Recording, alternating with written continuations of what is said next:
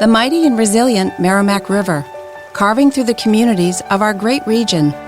My name is Linda Lorden, proud president of Merrimack County Savings Bank, and like the river that serves as our namesake, we're a constant yet ever-changing presence. Because to us, it's bigger than banking. It's about powering communities and putting people first. It's about knowing where you came from and where you're going. That's Merrimack style.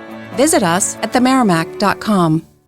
The views and opinions expressed by A Little Bit Culty are those of the hosts and do not necessarily reflect the official policy or position of the podcast. Any content provided by our guests, bloggers, sponsors, or authors are of their opinion and are not intended to malign any religion, group, club, organization, business individual, anyone, or anything.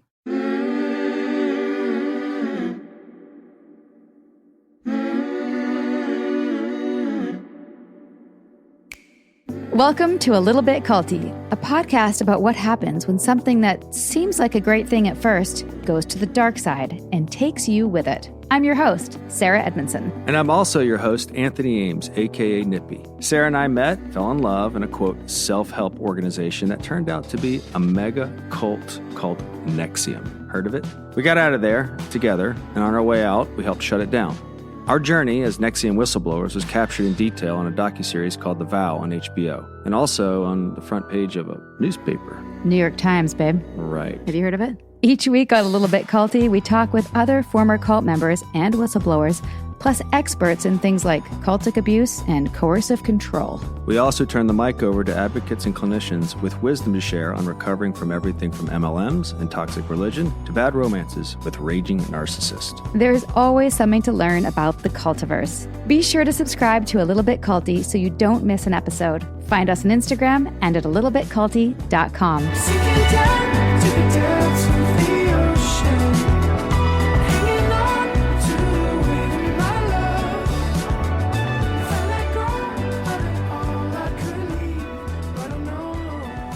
Sickboy! That's good. That's good. What do you think, Sarah? Nobody's going to know what you're talking about.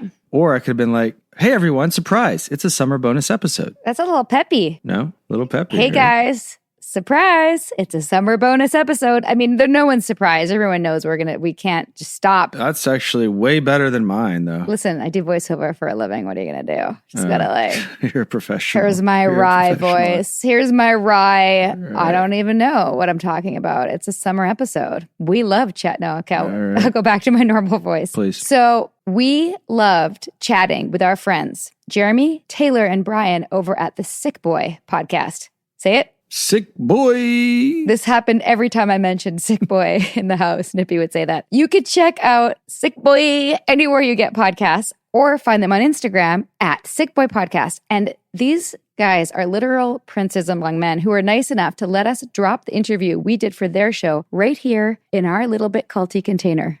I didn't even know that was a thing. I didn't know that people did that, and they offered. And I said yes, because it was such a great conversation. It was. They asked really good questions. Such good questions. So this is really a bonus. And great. I think it's actually upcycling. So I'm going to go ahead and give myself a gold star for being environmentally conscious and resourceful today. Okay. So before you upcycle, a little more background about the Sickboy podcast for you. They are a trio of Halifax-based best friends, and they're doing something very important from Sarah and I's perspective. They're normalizing conversations around things like illness, disease, and death, and tackling the kinds of topics with laughter. Yeah, kind of like this no fucks given kind of laughter. Yes, I'm quite familiar with it. Nippy's kind of the king of no fucks given. I might have a PhD in no fucks given I think laughter. You were born like saying you have zero fucks to give to the nurse. And she was like... Yeah, no, when she spanked me on the ass, I was like... And then you asked for her number.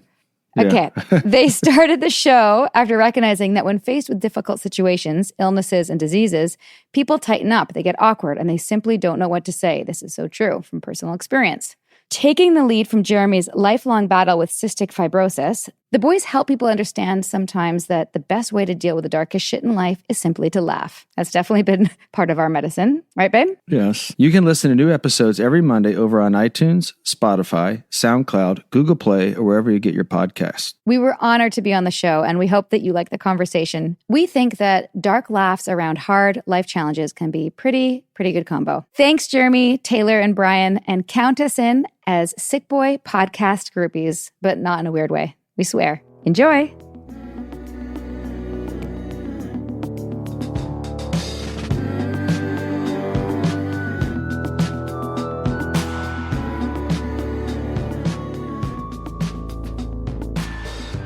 we're so elated to be sitting down with Sarah and Nippy. If you've been living under a rock, well, then you've I'm probably, jealous. Welcome from underneath the rock. You've missed a lot, I'm sure. But Sarah Edmondson and Nippy Ames, Anthony Nippy Ames, both were sort of the part of the prime subjects of HBO's The Vow and the Escaping Nexium podcast from CBC. You guys were a part of the Nexium cult, which I feel like for our generation, probably the most famous. It's like the cult. It is it's the cult of like our generation right now. Sweet. Congratulations. Congrats. Great. That's what I set out to do. If you were looking to achieve some high level of great, executive man. success, But I feel like did. I feel like Great. I feel like in that intro, there's probably a lot of our listeners that are familiar with Nexium or what Nexium was. But I'm sure that there's at least one person out there who isn't familiar. So, Sarah, Nippy, first of all, thank you for taking time to be on our show to talk to us. But secondly, I would love if you took a moment to introduce yourselves and just give us the sort of like elevator pitch of what Nexium was. Jeremy, I actually feel like I've honed this. Nippy, do you mind if I do it? Oh, Sarah, there's no stopping you. She's rolling. So I had to hone this elevator pitch just for the sake of my own sanity. Here's the short version. So I'll do mine and then you can do yours in it. But I joined Nexium in 2005. Thanks. You're welcome. I was a struggling artist, want to be semi-working actress, looking for meaning and purpose and community. I met a filmmaker on a cruise. The filmmaker had made a film that I really liked and respected. Long story short, he said, if you like my film, you will love this program I just took. And it was right place, right time. I really trusted him. I wanted to make movies like his that were conscious shifting media, not beer commercials and vampire TV shows. And it just felt right. And I jumped in without researching, took a 5-day training in executive success programs, which is a personal and professional development program. Was very reluctant and skeptical at first. I can talk more about that later. But by the end, I was totally sold and I wanted to bring this curriculum, this technology, they called it, red flag, to to Canada, which I ended up doing. I spent 12 years in the program. There were a lot of wonderful, wonderful things, community, friendship, deep emotional work, self-awareness, self-transformation, basically what I now know to be a combination of various therapies, talk therapy, NLP, hypnosis, Buddhism, basic tenets of probably what you've learned as yoga teachers as well, like the truth of the universe packaged in a way that was very palpable. And that, what I found out later was the sort of the outside smokescreen to hide what was really going on behind closed doors, which was kept from many of us on the outside who were like this little army of humanitarians trying to build the world with this beautiful mission of helping people be the change and all the sort of cliche memes that you see on Instagram, all those good things we thought we were doing, and that was really a cover for the leader, whose name is Keith Raniere, if you're still under that rock, who was basically created a system to create dependency on his system, his organization, so he could have a fresh supply of women and build his own little harem and have his needs met. And it was ended up being a criminal enterprise. So long story short, for the elevator pitch, when we figured out what was really going on, Nippy and I and a couple of people decided to become whistleblowers and expose it. That turned into an article in the New York Times, which led to an investigation, which led to a trial, and he's in jail for 120 years. And and now with we 5 have years probation. And 5 years probation. Just in case he makes it. Fucking love it. Yeah, he's actually immortal. Probably thinks he is. My favorite part of the sentence. Fucking probation. Just in case he thinks he's immortal, which like is Fucking not, great. that's not far-fetched at all. Not really. No. So, and here we are. We've been out for 5 years, coming up on our 5-year anniversary in actually a couple weeks. Wow. And Do you celebrate? Yeah, we're going to celebrate. Yeah. It's That's around fantastic. my birthday, so we kind of like go. And by the way, it's almost 5 years. But June 1st is when I went in and did my mic drop. Yeah. And where do you? So you're 2005. So and Yeah. you're referencing Mark. Mark Vicente, yeah. Mark Correct. Vicente, the Right. filmmaker. Right. Yeah.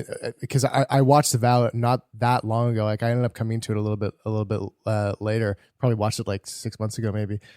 Nippy, where does that start? Where does your story start? Mine's similar, but it has a couple distinctions that I think are important.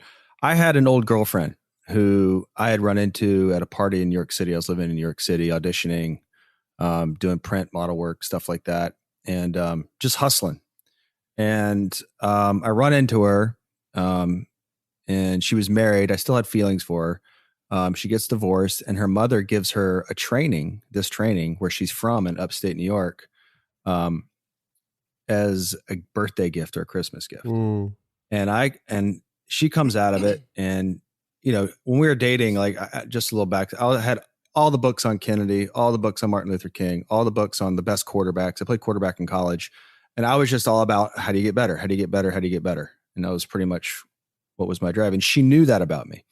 So in her mind, I was a prime candidate for something that might be interested in this. And in a lot of ways, she was right. But when she described it to me, I was like, I'm not doing your fucking cult.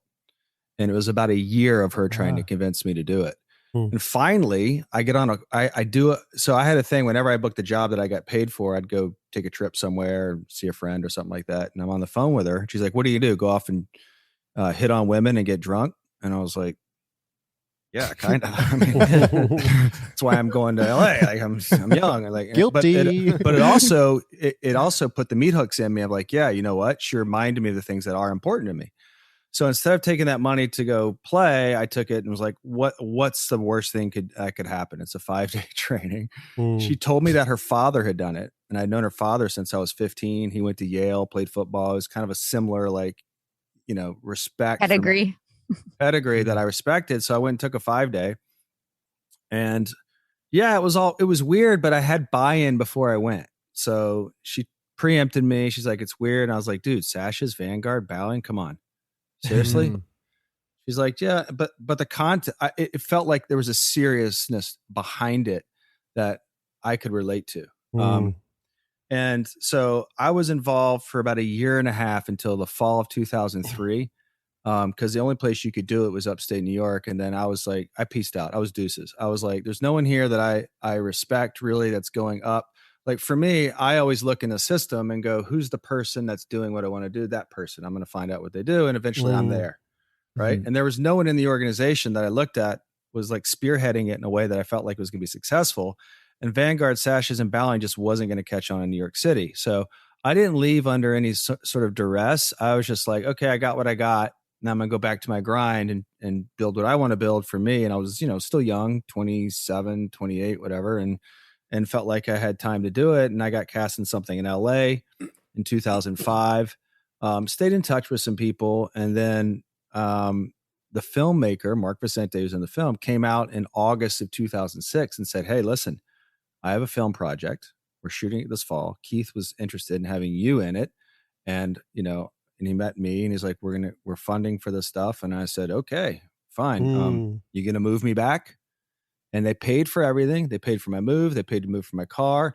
And they paid for all my meals and board while I was in Albany up until about May of 2007, when I recognized the film wasn't happening. But I also recognized that the organization had gone from like I'm just going to say it, what I felt like were losers to people that had pedigree, were doing things in the world. And it felt like it merged the acting community that I was pursuing and personal and professional development into one field.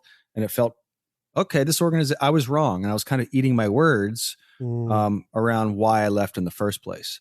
Another important distinction too is a lot of people are there for a lot of different reasons. Sarah is there for different reasons. I came back for work, not for Keith Raniere. Right. So my boundaries in terms of what I felt like was good, okay, had already been established in my first exit. Does that make sense? Like Yeah, I wasn't totally. I wasn't coming in for the mission and Keith Raniere. I was coming in. My plan was I'm going to shoot this film and I'm going to go back to LA. Yeah. Tell them about Sorry. Well, Yeah. no, I mean, one of the things I was going to say there is that it, you know, out of the, we haven't talked about cults a ton over the last 6 years, but it's come up on the show a number of times, and I've always had a really deep fascination with cults. Like, you know, if there's a documentary on like a really well-known established cult, I've watched it. I find it so very interesting. Big cult fan. Big cult fan. Yep. And one of the things that I feel like is kind of a misconception when it comes to cults is like, you know, when you think of like Jonestown or Heaven's Gate or like any of these cults that we've heard of in the past, you oftentimes will like watch the documentaries or read the books about these things, and you hear about like the way that it was run, and you kind of think to yourself, well, they must have been sinking their teeth into like really vulnerable people, like the people who are the most vulnerable, the people who are the most, you know, like the weak people, the people who like just didn't have a lot going for their lives. But then you watch The Vow, or like you hear the two of you talk about this right now, and it's like, you guys don't seem so vulnerable. You know, you guys don't seem so like. May I speak to that? Yeah, please. Yeah, this is something actually I learned from Jan Jelilich, and the word vulnerable is interesting because it can have a negative thing to it. Like, oh, there's a difference between weak and stupid and vulnerable, and for sure, many cults target weak and stupid, and they also target high functioning, intelligent, idealistic people. It's across the board. It's everything. If you look at the Teal Swan story right now, if you want to watch, I want to do an episode on that, The Deep End. She certainly targets people who are suffering in pain and like thinking about suicide. Right. So are they stupid? No. Are they suffering? Yes. Are they vulnerable? Yes. I think the through line with all of us, anyone who gets caught up in a cult, is there a vulnerability, and it's more of a situational thing. They call it a social situational vulnerability. For me, being at a crossroads in my career, 26 years old, not feeling like acting was really hitting it. That's a vulnerability because I'm looking for something. There's a gaping hole there of like, and I'm purpose, meaning, people. And it's presented itself. And a vulnerability for me, it's the pseudo spiritual, like, time in my life where I'm putting it out there as an intention. I'm looking for my purpose, and there it is. It's a sign. Oh my God, this must be it. And the thing that jumped out to me when I was watching in the early episodes of The Vow, I was going, and this is something we've talked about a lot. Is we've all taken yoga teacher trainings. Yeah. I've taken many teacher trainings. Like one of the, I also went to Ryerson for acting. I'm a failed actor. And like, and so like I owe Jeremy and I met at our first yoga teacher training 11 years ago. My wife, we just had a baby. We met at the same training. Like my life is took such a direction from a teacher training where you go into this setting and you are becoming acquainted with the positivity of vulnerability, of letting your guard down and making connections with people on common ground where you're trying to make strides and get better and, you know, be truthful and honest. And I saw so much of that in those first episodes when the foundation of what the executive success program was all about. I was going, wow, this on its shell would like looks, you know, it's packaged in this different way, and they've got this different vernacular and the sashes and everything, but it's like, it's very similar to this thing that I've experienced.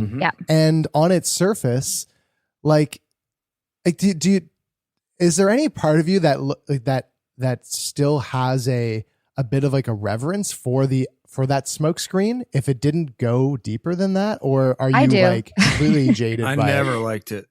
No, we're different in that way. Like I never liked the sashes. I never liked the Vanguard. That part I didn't like. I mean, the curriculum and working with people and helping, spotting them and working how they make decisions was really rewarding and fun. Right, that part was great. I mean, I like just the other day, I had an interaction with somebody who had a bit of a meltdown, and I didn't EM them because I can't. That's the process we used to do. Like it's basically like talk therapy, but also getting to the root of like whatever is triggering them in the moment. And I just asked a couple of questions that kind of reminded me a little bit of like how I would have done it back then. Right. You know, like Yeah. what's what are you afraid of right now? Or like, what's the worst just thing? specifying, isolating, overcoming with the thing that they're reacting to. Yeah. But they don't know that until you elicit the information and show them. So, But like, that's Right. I have a pretty cool skill set. reverence. Yeah, I have a reverence for like, I would love to maybe go back and train to be a therapist properly so I can use Right. those tools. I feel weird doing it now because a lot of it's based in like stuff that Keith kind of put together. So I want to be careful. Right. But the ability to help somebody work through an issue is something that I loved. I loved doing that. Yeah, those are Totally. powerful moments Yeah. in the documentary for sure. When you say that, it feels a bit weird now too, and you think of it in this, like, you revere it at the same time that it makes you feel a little bit weird doing it because of that attachment to like the sort of more nefarious way that it was used in the past. Does that kind of suck, like feeling weird about, like, because I love, like, that's my favorite thing in life is like having those like really like deep emotional connections with someone when you're able to like hold space for them in a moment Yes. and like be there for them when they need you most. I think that is like the most valuable experience that you can have in life. And I imagine that like part of that could almost feel like tainted It is. in a sense. What's that like? That feels tainted in the same way that, because like, and not so much I don't think for Nippy, but because I did sales as well and like would connect with people on that level and then bring them into a program, you know? So it's where you might mixed. get branded. Which of course we didn't know You know what about I mean? until 12 Yeah. years in, but like people still. got hurt. People got hurt when I was originally pitching someone and relating to them on that level in a very deep emotional way. And then those people, you know, eventually moved to Albany or in some cases even joined Keith's harem. It feels like, you know, I can't even invite somebody to do like just sales or pitching anything is like, hey, we're going to the cabin. Do you guys like, I've got to tell people the value and what it's going to cost, any of that. I'm just now being able to like, even with the podcast and getting sponsorships, it's any sales related thing is hard. And also I didn't realize until I wasn't doing it anymore that anytime I met anybody, like Jeremy, if I went to your TED talk and talked to you after the show, I'd be like, oh my God, Jeremy would be the perfect person for NXIVM because he's so all about life and living his best life and tapped into that. Like you would have been like a prime target for me. And in the best possible way, I would have been like, I want you on our team. I want you on team mission humanity. And if I'd met you in anywhere else, it's like any person I met, I'd be filtering through what program would be good for them and where would they fit into our community. It is a hidden motive. It was a good hidden motive, but it was still hidden. So to meet people now and to like not have that is very freeing actually. So that feels really good to be able to just, your teacher training, tell me where. Like I just am curious, you know, and I'm not doing it to elicit information so I can find out what training would be good for you.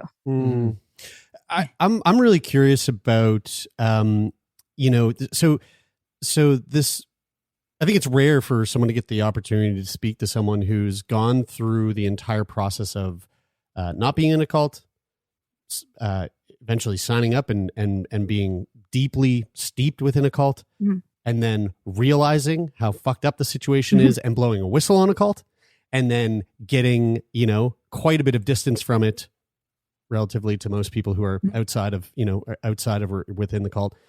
And what that entire process is like, before we kind of get into that process, one of the things that I'm wondering about is when you guys were in it and like fully in it,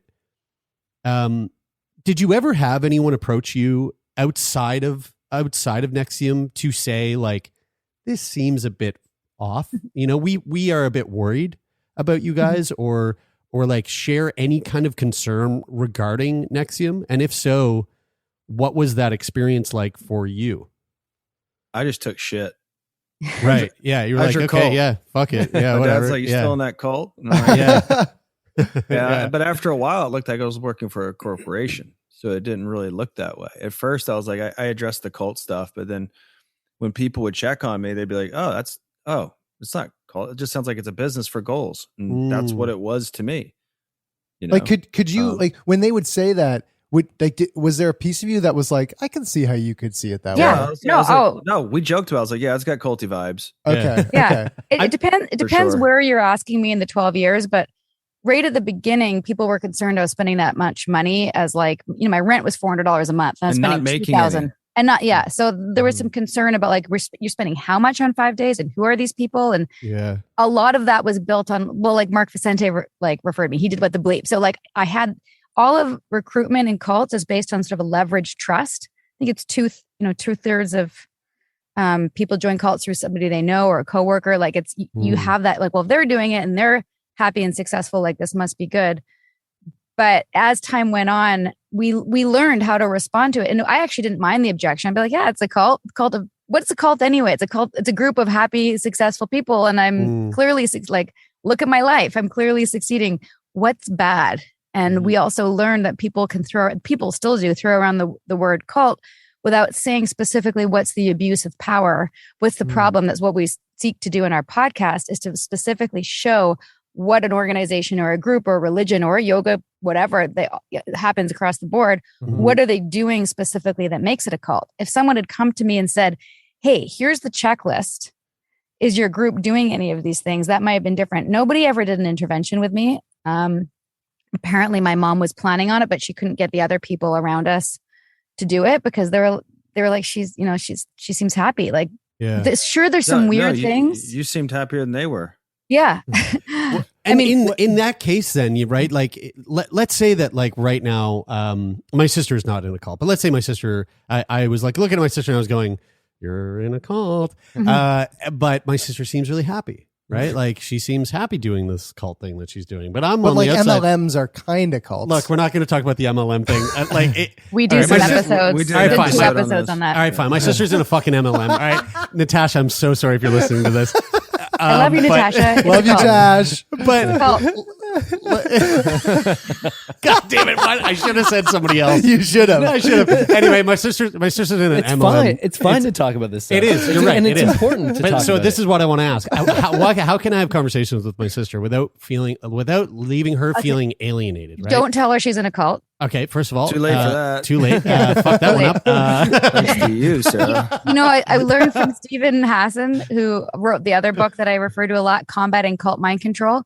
And he talks about how you can't just tell people they're in a cult. I was so armed for the response for that for years. I felt like I could ninja out of any objection around stuff like that. Questions though. But you can plant questions. And the people, to answer your earlier question, anyone come to me, the person who actually got to me the most came to me. We had coffee. He was just wanted to ask me some questions. And he showed me all the articles that I had refused to read over the years because I was told that would change this is a Nexium term, thought object of Keith Raniere, which would be violent towards him in my head. And there was all of those articles were a smear campaign. So why would I even read them? Right. So he would want to show me and ask me if I knew about these things. And I said, Pepe, it's all a smear campaign. He's like, that's not how the media works. What if 10% of this was true? That question to me, what if 10% of this was true? Would you be okay vouching for this company? And that planted a seed. It didn't wake me up, but it planted a seed. So all you can do is ask questions, be compassionate, and be really genuinely curious about the structure, and to have them figure it out for themselves. Which is kind of interesting, right? Because it sort of runs against the grain of what we generally are trying to encourage as a population. We're trying to encourage be straightforward, be open, be honest. But in the context of having a friend or a family member or whatever it may be that is involved in an organization that has this sort of, you're getting the vibe that this might be a cult, there might be this abusive power thing going on, that instead of being upfront, that's actually kind of like the worst thing that you could do because you're just going to push them further away. Right. And it's actually, you want to actually kind of use approach this with some sort of caution. Sort of like, maybe manipulation isn't the right word to say it, but you are sort of, you're kind of incepting. What you're touching on too is a lot of the subtext of what people don't want to find out about themselves when they're in a cult or even when they watch these shows. A lot of people watch the shows to verify that they're not susceptible to it. So that would never happen to me. And then when you call someone on it, you're basically calling them stupid and naive. Yeah. And they don't like that. No. Right. So that when you're direct, that's how they take it. That's not what you're doing. But you think I'd be dumb enough to fall for a cult? Well, actually, it's not. But it's not an intelligence thing. Yeah. It seems really difficult though to ask those questions, because it sounds like from your show you're trying to understand like what is the abuse of power that's happening, but like on the surface, like in that smoke screen, it doesn't really seem like it's easy to identify what the abuse of power is. Like, it just seems like it's easy for the person to say, well, it's not a cult because I'm benefiting in all of these ways. This is how it's making my life better. So where is the abuse of power and really happening behind the scenes? And it's already happened to that person. Right. Yeah. They didn't see it.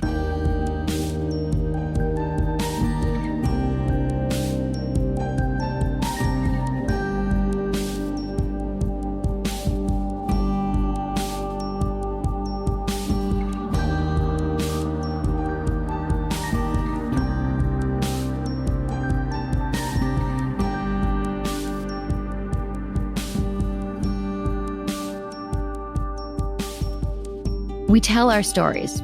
We change the world.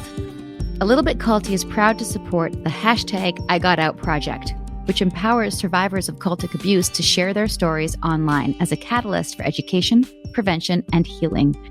Learn more about the #IGotOut movement and find resources at igotout.org.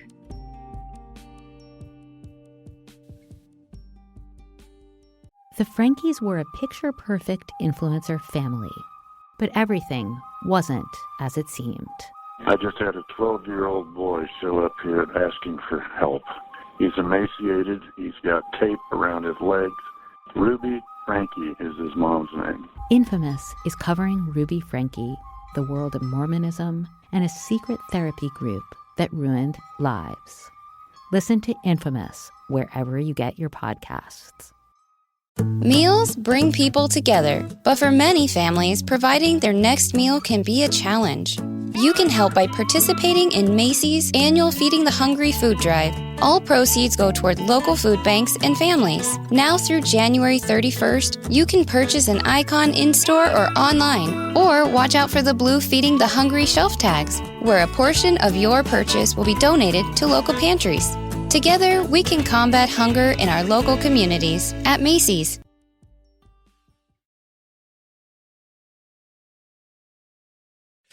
In terms of the actual journey that you guys went through, like the whole journey, and maybe this is too much of a loaded question, but like, what kind of impacts did this entire fucked up, like wild experience that not many, like, really not a lot of people have gone through? Like, what kind of impacts did this have on your general mental health? Well, just to give you like timeline perspective, I joined when I was 26, was just turning 27. I was there for my whole 30s, and I left just before my 40th birthday. Wow. So I had my, all my 30s there. And there's a big pivotal life changes and shifts that happen in those times, obviously. So, Nippy and I talk about this a fair bit, like when we're reflecting in many ways. And I think this is healthy, although a slippery slope. We have to say, I wouldn't change a thing, because here we are. We have these two beautiful boys. I never would have met Nippy had I not met Mark and joined Nexium, this, Southern boy living in New York. Like, how could that have happened? So I love my life. I love who we are. I love what we're building. So I have to look at that whole journey as just part of my, whether you want from a spiritual perspective, the life's purpose. Was I brought in so that I could be the bright light to get up to the highest level possible, and then be a part of the exposure to expose this guy? Like, I wanted, before I joined Nexium, to have a meaningful and purposeful life. Yeah. Right. And I thought that Nexium was that thing. Obviously, we bet on the wrong horse, but now we're out of it, having way more impact in terms of purpose or meaning than we ever could have had. In, 17,000 people went through Nexium. 2 million people have listened to our podcast. Like, to me, was that meant to happen so we could do this? I don't fucking know. All I know is that it was really wonderful when I was in it for a time being. It was a very beautiful place with some weird things that I couldn't wrap my head around, but was always trumped by like, but the good of it. All those good things you mentioned, the connection, the helping people, the personal awareness, the self-evolution, all those good things. Then to answer your question about the mental health, dig into that for a second. Getting out, I almost like can't put myself back there because it was such a massive betrayal. And there was so much for me personally, PTSD around like just what I had to do to understand that I was out there pitching and vouching for this guy who not only turned out to be the opposite of what he said, but so dark and so evil. And that I was a part of that. Like that was a huge, awful reconciliation. And to understand like all the impact of all the people that I brought in, and then they, in the pyramid of the MLM pyramid scheme, it is that you bring people in and they bring people in. So the effects of that, and also like with the NXIVM teaching, is that like you have to take responsibility for your mistakes. So here I am going like, I'm responsible for all these people. That was part of the reason why we blew the whistle. Is like I was so loud about how great it was. I had to be equally as loud about how bad it was. Right. And to put myself out there in that way, like, or louder, and to put myself out there to be like the spokesperson for that was terrifying. It was terrifying, and I was like, it was the right thing to do. I felt I needed to do it, but I didn't think about like how that was going to impact my kids, or how that would impact, how the neighbor sees me, the neighbor who's never watched The Vow, but sees the headline saying like sex cult recruiter tells all. I'm like, there's more to that story, but if you don't know the whole story, that's how you see me. Like I wasn't really thinking about those effects. And that does take a mental toll to deal with how people see you. And ironically, that was one of the things I was always working on in NXIVM, is caring less about what people thought of me. Right? They called it like me disease. And I really had to challenge that to do this. So in many ways I've had that growth. You are, you and Nippy and Mark and I'm blanking Bonnie. on his Bonnie. You guys are the architects of a man who very much deserves to be in jail, being in jail, not doing this to anybody else. I appreciate that. And I would put that into certain context for you. I always have a little, I wouldn't say balk, but a little bit of like, I want to add a caveat when I hear the term whistleblower. For this reason and this reason alone. After Sarah got branded, we went on our 3-week campaign of telling everyone what happened. And, I wrote a letter to the president of the company saying WTF, basically, and no phone calls from the leadership, nothing. Just Claire Bronfman decides to get on a plane 5 weeks after and go to the Vancouver Police Department to have my wife arrested for mischief, fraud, and theft. And the charges that she had and the evidence she had was a lie, right? Which then put us in a defensive, right, where we were going to have to go through legal woes, which is what they had done. They just buried all their enemies in litigation. So in a lot of ways, yes, we were doing the right thing, but we got dragged into a fight. Where they could have handled it very differently. They could have handled it but that's where they had lost touch with reality, because I was betting on a large scale that there would be a public outcry against branding women's privates as a means to teach them personal, professional, and development and character and honor.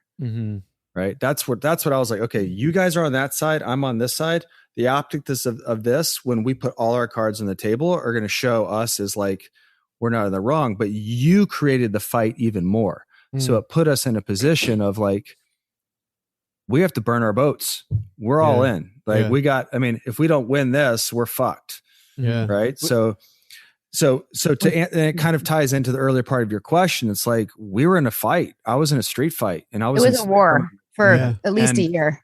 And it was like that for a while. And I describe it as being, when you're on a plane, it's a lot of comfort, but when you hit that turbulence, your fight or flight's going off. Yeah. Right. And it kind of felt like we were on a 8 to 9 month plane ride where the turbulence would hit and your fight or flight was going off all the time. And there was shrapnel being thrown into your central nervous system. And it was a lot of that. So there's that element of it. Then there's dealing with how you got conned, the embarrassment of looking stupid, your pride taking a hit on a international scale to a certain extent. And so there was that kind of egg on your face, right? So there was their initial shock trauma of it and kind of like, what do I, where am I in my life? I have a kid. We had no income.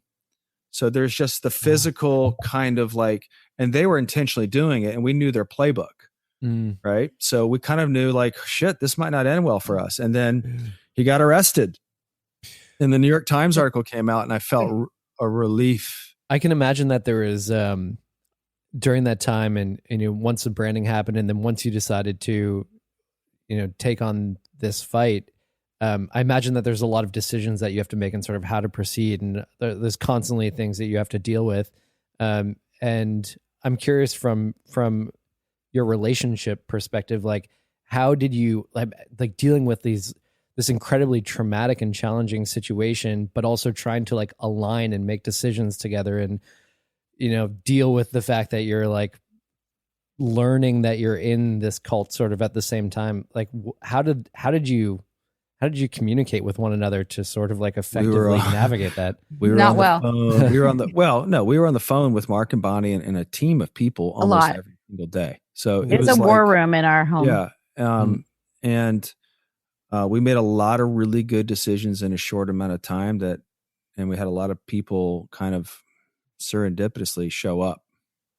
Even just like the New York Times article, like, and then Moira, who took over who started the investigation, Moira Penza, like the people that came in and took it off our hands very quickly was, I mean, I don't know how that happened, but we're very grateful for it. And it couldn't have gone better, 120 years. Right. Yeah. No, and he got arrested in under a year and convicted in under 2. Yeah. That is so quick. That is very pretty quick. amazing.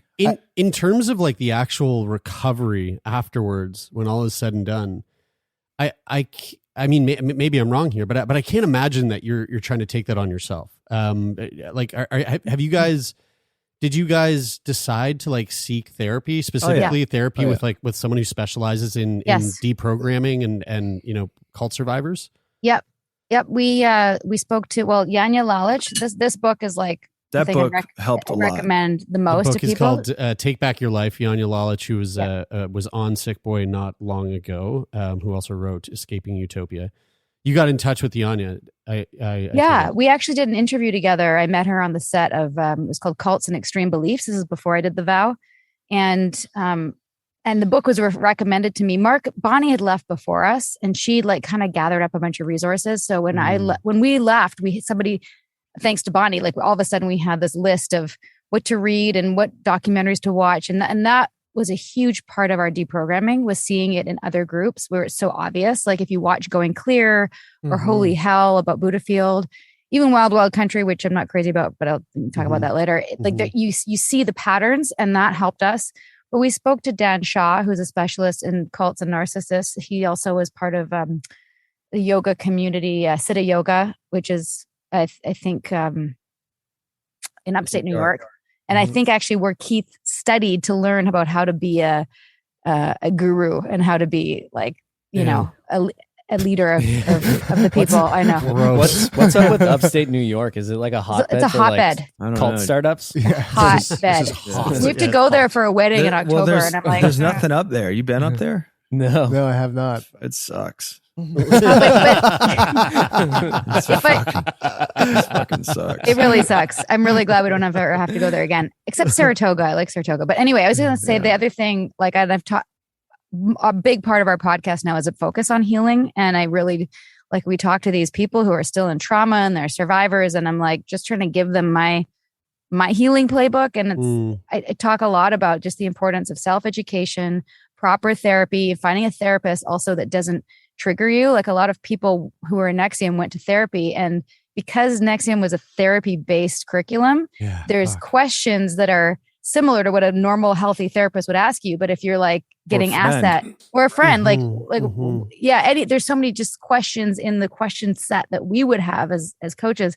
So then they'll go to a therapy session and be like, I can't do this because it reminds me too much of NXIVM. So you have to like find someone that works for you, that's trauma informed, coercive control informed in our case. And that's a big part of what drives us now is telling these stories so people have access to these types of therapists and these types of conversations, which weren't even around much when we were coming out. So in many ways we're like providing a free, not therapy, but like a good supplement to therapy. Yeah. And the vow did a good job of setting it up, because I think the vow did a good job of extending the subjects a certain level of credibility and respect, as opposed to just going in and doing the obvious documentary. Yeah. Which allowed us to segue nicely into this, because I think, instead of being the dumb people who fell for a cult, we were the people that looked like shit. How did those people fall for it? And if people walk away from it going, hey, if that can happen to them, it can probably happen for me. That was one of the big things that honestly, like, that was one of the biggest takeaways for me when I watched it. It also, like, I'm not going to say this is a cult, mostly because,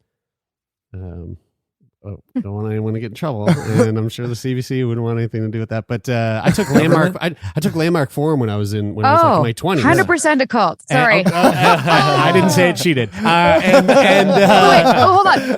100% allegedly a cult. 100% allegedly. 100% allegedly a little bit culty. A little bit culty. And I'll tell you why after. And ESP, like when they were talking about that on the doc, I was like, God damn, that's very Landmark. But the wait, I want Sarah to say why. Can I tell you why? Sure. I'm going to just tell you, allegedly, from the thousands of requests that we've gotten from our listeners who are very supportive, and people who tell me their stories. And I had a sense of this before we even started the podcast. It really is the same structure in terms of the lie or the con of NXIVM. In other words, here's a really good personal development program based on like the truth of the universe. It's the same stuff that all the leaders say, all the spiritual leaders. It's the same tenets of healthy living and non-attachment and owning personal responsibility and living your best life and all your goals shit. Like, it's all there. And that's great. If you go take a training and you just do that and go back to your life, you're probably going to be fine. If you use the tools, you'll probably be more successful. Mm-hmm. But if you buy in and you, in NXIVM case, go up the Stripe path, or in Landmark, like become a teacher and like work for free, it's a dependency that creates a long-term problem where you feel like your personal growth and your happiness comes from the group. Yes. Yeah. And that's the problem. And you think that you have things to be fixed, and they're the only ones who can fix it. Right. Yeah. So that when they caused it. They caused it. And that's really my main message now is you're not broken. You don't need to be fixed. If you want to read a book and like improve yourself a little bit, great. But you don't have to feel like shit about yourself or feel worthless or feel anything negative in order to go on that journey, because that's what these groups prey on. Hey, a little bit culty listeners. Bless your little bitty hearts for helping support this podcast. You asked us to put a link up where you could make a one-time or monthly contributions to help us cover the costs of taking this podcast from our living room to your earbuds. And so we did. And wow, you weren't kidding around when you said you wanted to help this podcast keep on cranking out episodes. You stepped up. Thank you. In fact, in a relatively short time, 70 of you have already chipped in. And together, the whole beautiful lot of you have covered the cost of making almost 5 full A Little Bit Culty episodes. That's pretty freaking good. You are amazing. Did you know that? And yes, we're talking to you, Veronica Wells, Annie Blake, Thomas Wicks, and John Breen, and you, Kenny Bernstein, and Kristen O'Rourke. You rule, Sarah Priestley and Roger Seidman, and you are rad. Andrea Padillas, Helena Durst, Sally Lotz, Joel Blair, and Jolene Bishop. That's just a few of you who are helping to make this podcast happen. Want to make a contribution? Just go to alittlebitculty.com/support or the link in our Instagram bio. Every little bit helps keep A Little Bit Culty trucking along. Thanks again. We adore you.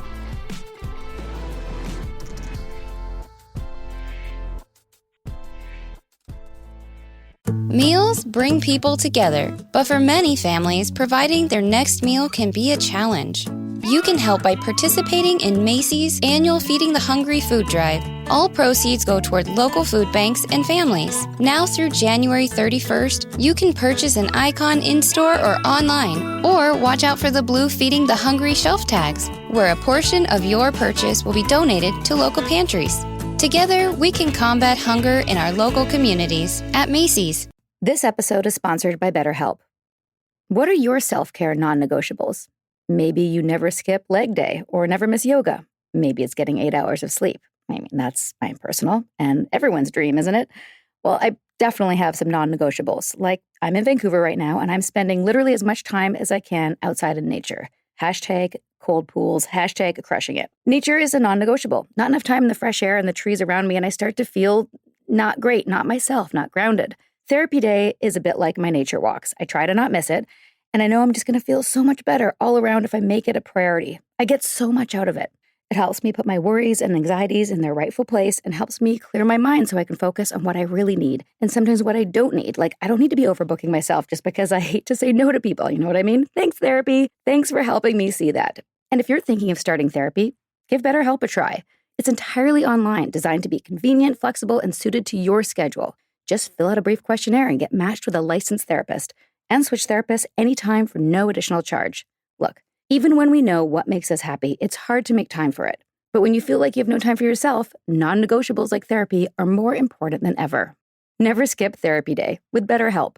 Visit betterhelp.com/culty today to get 10% off your first month. That's BetterHelp, HELP.com/culty.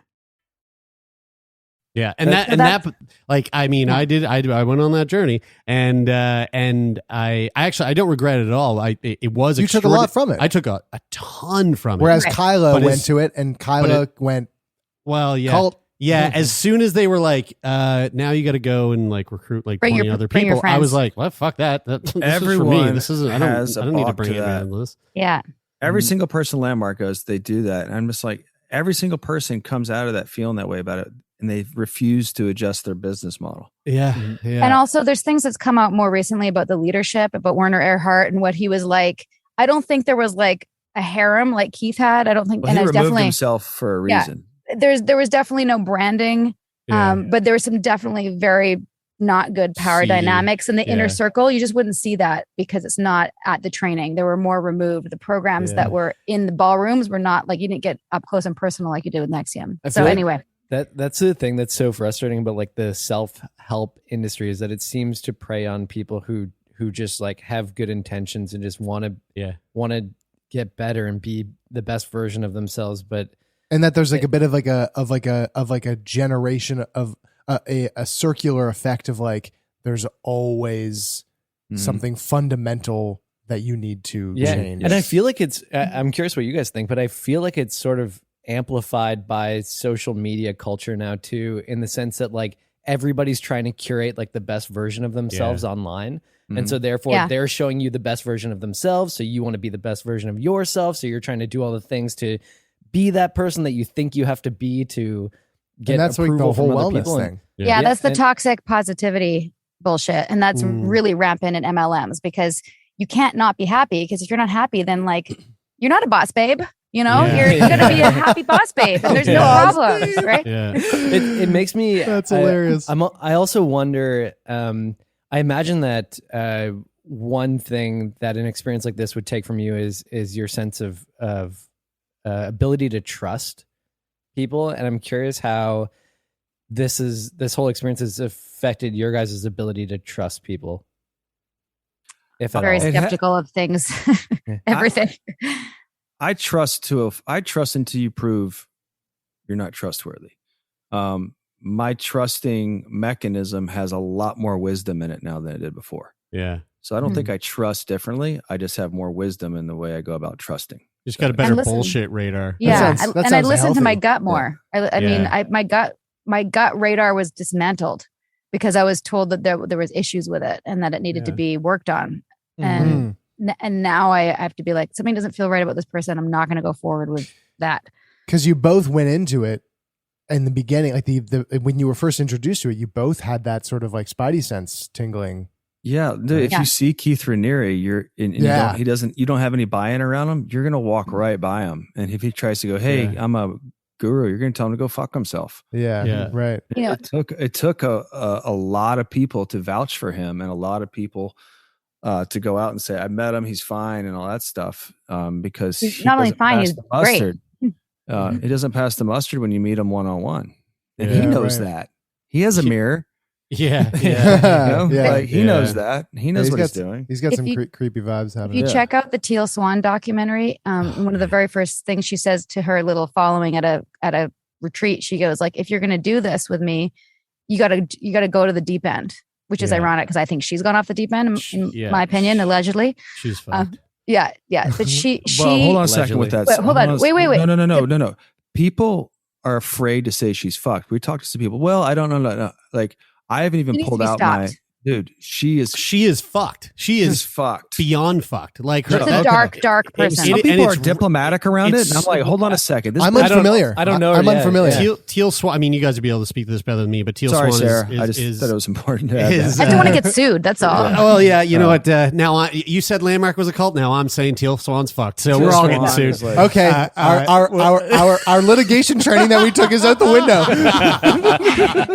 I'm sorry. Anyway, he's a spiritual leader who's like helping. She thinks she's helping people, but she's just like she's just pushing people to kill themselves. That's what I don't even know. That's the worst. I mean, obviously that's if that's happening, that's really really bad. Obviously, but I think that what is the biggest thing that I'm seeing is even the people who don't do that. She has this huge following, and she's not a trained licensed therapist, and she's doing deep emotional work with people's trauma and abuse, and possibly also planting memories in real time in these retreats. People are like, oh, wait, was I abused by my dad? And she's like, yeah, I see it. I can see him doing it. Like she's having these ESP moments and they believe her. And then they have to reconcile now that they were abused, things they don't even remember.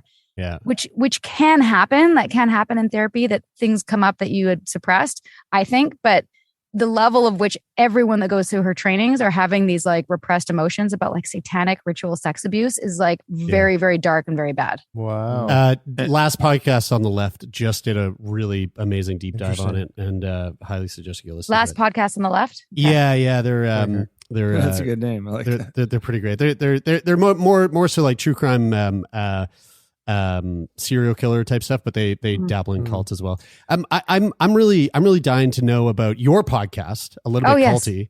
And you know, I love that you guys are doing a podcast, and we've sort of like brushed over it a few times during the conversation here. But what was the decision to create a podcast together? And also, was there a little bit of trepidation there? Yes. Considering that this seems like a really fucking, traumatic, triggering thing to kind of just like constantly talk about cults after. And all these groups are so litigious. It's very scary on a daily basis. Right? Ultimately, it happened in COVID, and the vow happened, and that was crazy, and our lives blew up in this weird way. And people were reaching out from all around the world saying like, oh my God, thank you. Because now I'm able to see that this thing I'm in is actually a cult, or I was about to do something and then I watched the vow and I didn't do it and it turned out it was a cult. Or all around the world, people reaching out to us just to talk and connect and share and tell their stories. And a number of people said, would you do a podcast? We're like, really? Isn't it all in the vow? Like, what more could you want?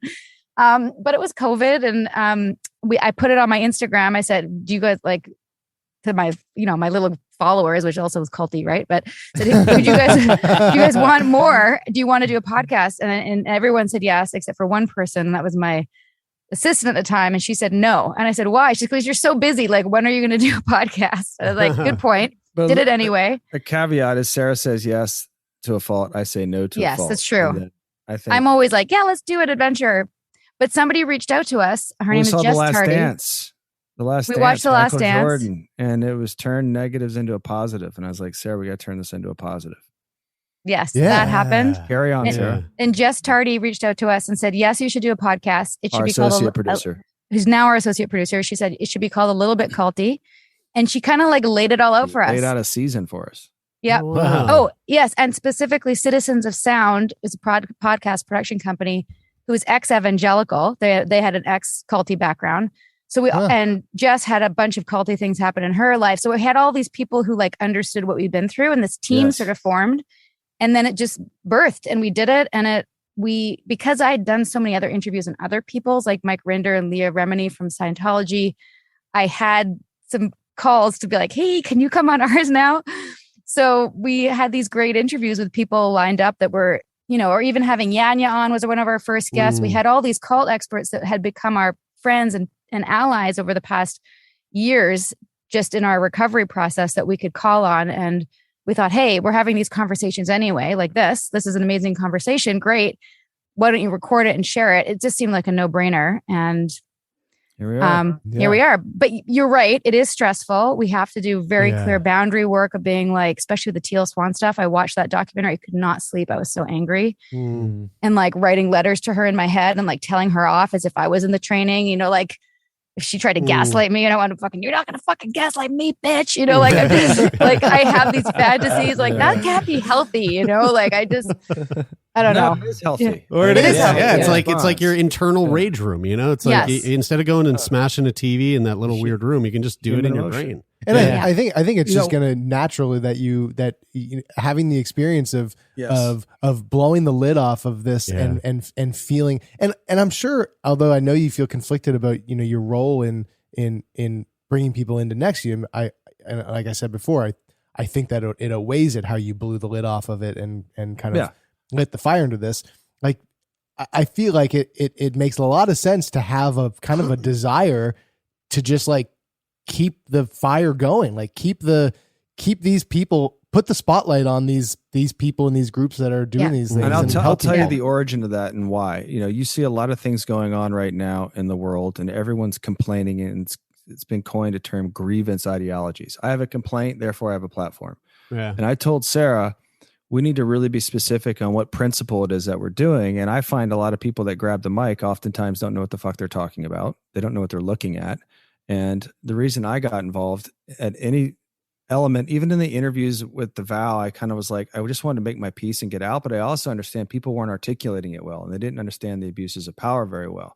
And, you know, I was allergic to people pretending that it couldn't happen to them. And I felt like if we could articulate and had a platform that could say, the abuses of power that go on in cults aren't proprietary to cults. They're going on in other hierarchies and other domains that you and I interface with every single day, whether you want to believe it or not.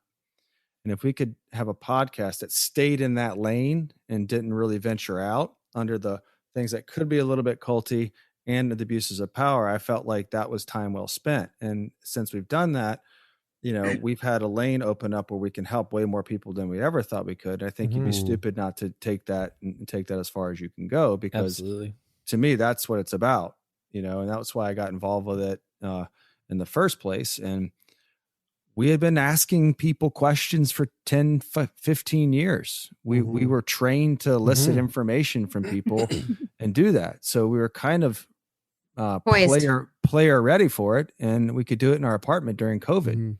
Yeah. So a lot of things lined up for us to go, why not? We also didn't. Oh, sorry. No, you can go ahead, because if you're going to continue on that thought, it's a totally different lane. So just to finish that, the one thing we didn't know when we were talking experts and survivors is that it would also become a platform for people to, like, a couple of people whistleblowed on our platform against some. There's a whistleblown.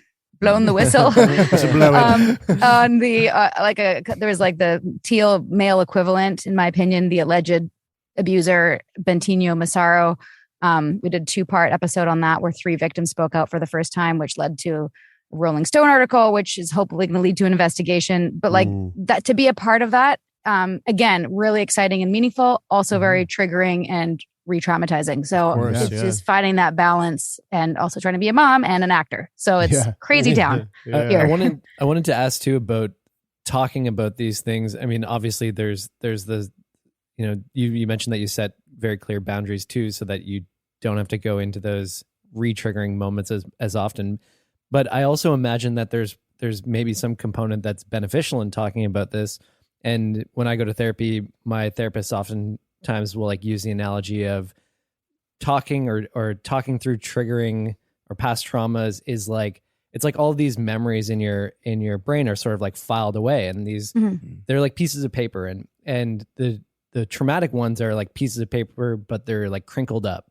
And so when you talk about them, it's like you pull them back out and you talk through this thing and you reprocess it, and then you're able to like sort of flatten out that piece of paper so that it files away more easily in your mind. And I think that you guys are in this unique situation where, you know, in blowing the whistle on Nexium and sort of being forced into talking about it a lot and in very public platforms, I imagine that there's probably some sort of benefit to doing that too. Totally. And I'm curious what your thoughts are on talking about trauma in a way that, again, is like on your own terms to sort of reprocess and go through it. You're feel not going to that's been follow it up healthy? with like some sort of new analogy to what your therapist I love said? that Like they're, maybe they have a lamination machine and they're taking their paper out and they're sending it through the laminator. I Brian's love a analogies. big fan of love analogies. You would have loved Nexium. We used a lot of analogies there. I The guys joke that I would have been a good cult recruit member. Yes. You've been a great coach. yes. I mean, just this conversation is cathartic because that's a great metaphor, despite what your podcast team thinks. I think it's a great metaphor. I'm going to use it. I'm going to reference you, pay tribute to you. And thank you. It's just another little thing for my tool belt. So like I get something I get something out of this, it's selfish in that way for sure. The more that we talk about it, the more the shame is blown away. It's just it's just what happens. It. Yeah, And totally. And every conversation we have, I can't even tell you how many people are like, yeah, I was part of this, or I was in this, or I was almost like everyone's got a culty story, even if it's not a full blown, legit cult. Culty shit happens all the time. And now people have the words for it. So to be a part of that is exciting. In a sense, you have to, like right now when you're running a business and you want to build an audience, you kind of have to like have that culty aspect to it to like really drive. Like you want the engagement, right amount. Like we're thinking about doing retreats Don't. as Sickboy. We were thinking about implementing a sash system for Okay, Brian. Like the more people come on the retreats, the more call me sashes. I have a question that we've been batting around this, what we think, and this is kind of unrelated to like what we really talk about on the podcast, but something that I'm fucking fascinated about, and I'm interested in your guys' take.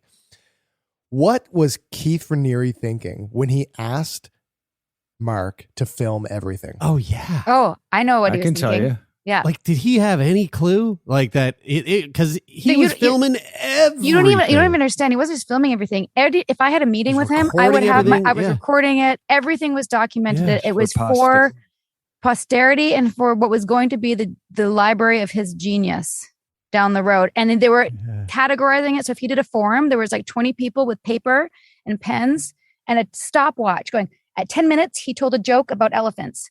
At 12 minutes, he told a metaphor about trauma and paper. Wow. At 13 minutes, and they would document it so they could put it in a computer and they could be like, when has Keith ever talked about monogamy or the climate or farts or whatever? And he did. Like he went off on these tangents. And so they wanted a system where you could catalog all the things that he said and have video footage and audio. And that was the plan. Convenient for the FBI, I suppose. When they're really convenient. Yeah, when really did he incriminate himself? Not the smartest man in the world, after all. What a fucking dummy. Yeah. I've got one last question hilarious. for the both of you, and this is a question that we typically ask our guests who are living with illness, but I'm going to kind of shift it a little bit here. Yeah. And this is for both of you, each to answer individually. It's a two-part question. The first part is, what is the biggest thing that Nexium has taken away from you? Time. Youth. No, wait. What is it taken away from me? For me, it's time. The only thing I actually still have hanging on with me in my psychology is the time I spent, the time I emptied out. Yeah, and like not knowing what I could have done in my 30s had I put that energy into like an actual organization, or I had all these other things I thought I'd be good at that I didn't do, and I don't feel like I can do now fully. So the unresolved potential in my mind. It's the one thing we can't get back. You can get back money, you can get back, your friends, you can get nearly. Time is the one entity that the ultimate abuse. We poured it out. Like if you could see what we did hard for something. And where in the armpit of America. So fucking upstate New York. What would you say is the biggest thing that Nexium has given you? Wisdom. Sense of self. Amazing. And who I am. Yeah. Man, for what it's and worth, my children and my husband. Yeah. For what it's worth, I'm not I know you talked about it earlier. I'm not much of like a, things happen for a reason type person, but like, I know it took away time, and I know it took away the possibility of, what you could have done, in an important decade of your life. But you're here now, and you both have heeded a very great call of responsibility to help people, and I think you're doing some pretty fucking awesome work with what you got. Absolutely. That means a lot. It does. And I'm not a big seeker of validation, but in the last week or two, we've had some pretty big victories that, and for me personally, I was just in LA and we just got a little write-up in the New Yorker, and I told my dad about it. And he called me, and I heard him proud of me for the first time in like a long time. Really, because I had a lot of expectations. I went to an Ivy League school. I played quarterback. I was on a track, and I kind of felt like, I'm going to be successful in a way that, my dad will be proud. And I was in a fucking cult, and it put strain on my family. And he didn't have to tell me, because he's kind of Clint Eastwood in that regard. But I heard it, and I recognized it because I'd heard it in his voice when I was younger. And just for him to live to see it, and just, it's not huge, but just for me, it was a real big kind of, moment for me. And I just had a moment, when I got off the phone with him, and it just felt really good. And I didn't know, that was necessarily going on with me, and something that would make me feel like that. Cause I kind of, there's that poem, treat success and failure, the imposter is just the same, and you have to keep kind of you can't indulge your press clippings and get down too big or too up when you're high. And just knowing that was something, and owning that was something that I wanted and needed was very big for me. And then to have it in other regards tells me I'm on the right path. And, Sarah and I are betting on ourselves in a way that we didn't before. And it's not over. It's just the beginning. So that's really special. Thanks for sharing. So thank you that. guys for giving us a platform. Yeah. Hey, the three of us are, we love what you guys are doing, and we think that you are absolutely incredible. And the fact that you've taken time out of your busy schedules to sit down and be on our show just means the absolute fucking world to us. We thank you so much for feelings mutual, Jeremy.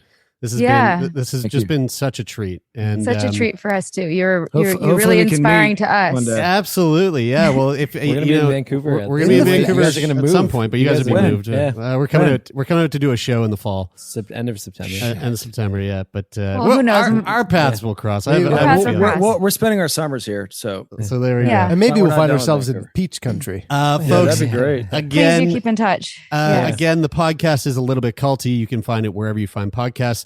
And we didn't even mention, but Sarah, you've got a book called Scarred. That is also out. You can find that wherever you find books. How can people follow you guys and stay up to date with the work that you're doing? Awesome. Thank you for that. We are on Instagram mostly at A Little Bit Culty. I'm on Instagram as Sarah Edmondson. Anthony is Anthony Ames. Are you Nippy now?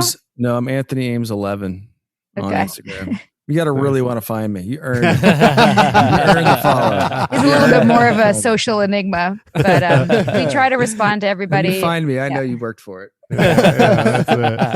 Well, again, thank you guys. Really, really, really awesome. Thank you so much. Thanks, thank you so much. Imagine yourself walking into a forest. You can see the path and the trees. High above you, the air is crisp. You are walking towards your happy place. Allegedly, say it with me. Anything said here on this podcast about alleged cults, alleged MLM schemes, alleged douchebaggery, mindfuckery, criminality, spiritual fraud, or the like is offered purely as commentary, because the views and opinions expressed on A Little Bit Culty do not necessarily reflect on official policy or position of the podcast. And any content provided by our guests, bloggers, sponsors, or authors are their opinion and are not intended to malign any religion, group, club, organization, business individual, anyone, or anything. So just let these words drift into your mind without needing to focus on any of them. You are great. You are capable. You deserve to be happy. Nobody's mad at you, unless you're actually a narcissistic, culty criminal. If that's you, cut that shit out. Don't be a fuckwad. But if that's not you, again, you are great. You are capable. You deserve to be happy. A Little Bit Culty loves you. Okay, so not only was that such a great chat, but they had the coolest podcast studio set up that we are very jealous about and planning on. They're enterprising for sure. Like they're cranking. They know what to do. And they've also been so supportive of us and helped us to like level up in a lot of ways. So you never know what these conversations will lead to, but we hope that it'll be a lifelong friendship and a lifelong connection. For sure. And a reason to go to Nova Scotia, eh? That's good, Nip. And guys, Jeremy, Taylor, and Brian, we're sending you some A Little Bit Culty hats as promised. Thanks again for having us. And thanks everybody for listening. Bye. Bye. Sinking down to the depths of the ocean. I'm hanging on to the weight of my love. If I let go of it all, I could leave, but I know I won't. Let's keep the conversation going. We'll be back soon with more episodes of A Little Bit Culty with more experts and survivors. And sometimes experts who are survivors, as well as some familiar faces from The Vow from HBO.